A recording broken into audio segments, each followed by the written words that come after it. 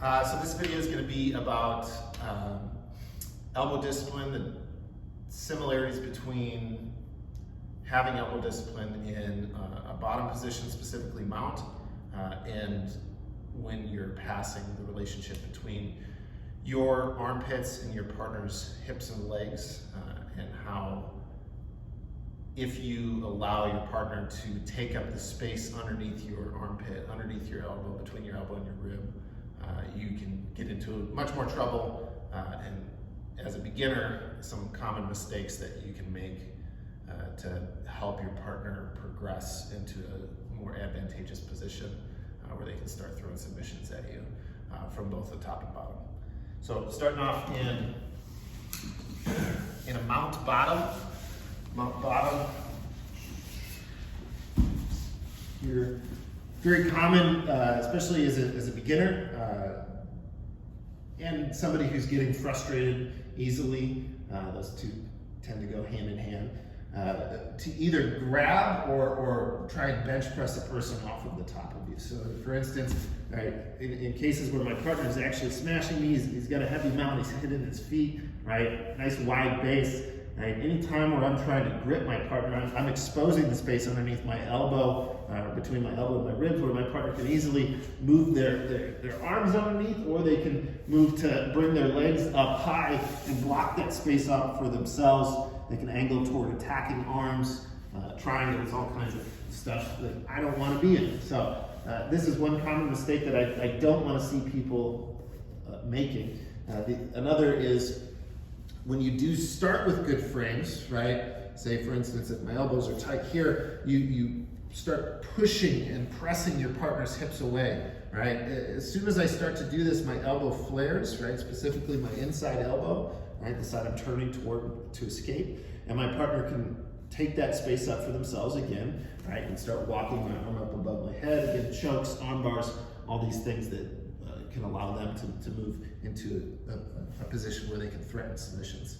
So in a bottom mount position, what I want to focus on is my hands staying tight on my partner, either tight to my partner's hips or tight in between my chest and my partner's, depending if we have the gi or no gi on, and my top side elbow framing across the line of my partner's hip, right? So keeping my elbow stuck to the far side, keeping my hand on the near side, and then my inside elbow, this is the one that I have to worry about the most, maintaining a tension between my elbow and my ribs here. All right, so as I start to elbow escape, right, say for instance, I can't reach Derek's knee or even his quad with my right elbow, that doesn't mean that I'm gonna start to press on his knee or quad with my hand and expose that space, right? I have to work on the leg dexterity, the hip mobility, right? And then this crunch in between my knee and elbow here, right? That doesn't allow this space to be exposed. But then I can reach, take control of the weakest part of his mount, which is his ankle, bring my knee up above his, right? And then start to move myself out into a guard, whatever guard you choose to from there, wherever you're gonna go from there. But putting myself in a place where I'm giving up that space automatically, right? That's gonna be no bueno for me, right? Pushing on my partner's hips, trying to push on their upper body, right? This is just a place where it's like taking candy from a baby for Derek to attack here, right? So the relationship between this and a guard is, right, if I'm doing a good job of removing myself from my partner's top mount, right? I move myself all the way to the other side, I start scooting my hips away, right? Now, when my hips start to move underneath my partner's armpits, this is where he has to think of the same thing, right? He can't allow me to have the space underneath his armpits, in between his elbows and his armpits, right? If I can control that space, that's when I can start to move to attack his arms, to triangle, to arm bar, right? All kinds of different things from guards, bottom, right? The same thing can be said if we're approaching somebody's guard, right? If I'm moving to pass into somebody's guard, right? I don't want to allow his legs to take up the space underneath mine, right, underneath my armpits, right, unless I'm completely controlling both of them, right.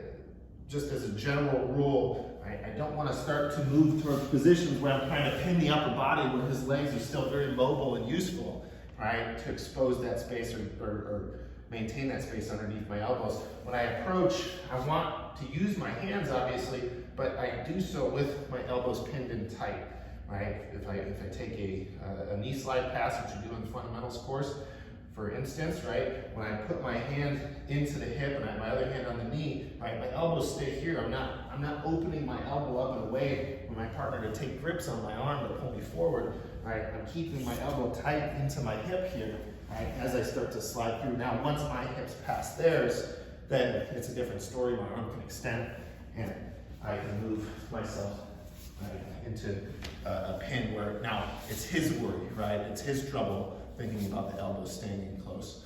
So a big thing that I see as fundamental students is this overextension, right? And this is pretty much universal in all of Jiu Jitsu. It's not specific to our gym, but right, people overextending their arms, right, in a bottom position, trying to press when they're frustrated instead of staying tight, right, and trying to grab to prevent their partner from moving to a more advantageous position, right, or if they're approaching a guard, reaching out, trying to jump onto the upper body, taking grips on the upper body when the legs haven't been taken care of, right? So things to watch out for, right, things to think about when you're drilling, when you're going into live scenarios, right, maintaining this tension here until your partner's hips are out of the equation, whether that's you establishing a guard and bottom, right, or you passing your partner's hips and legs, or at least getting them behind your hips and legs.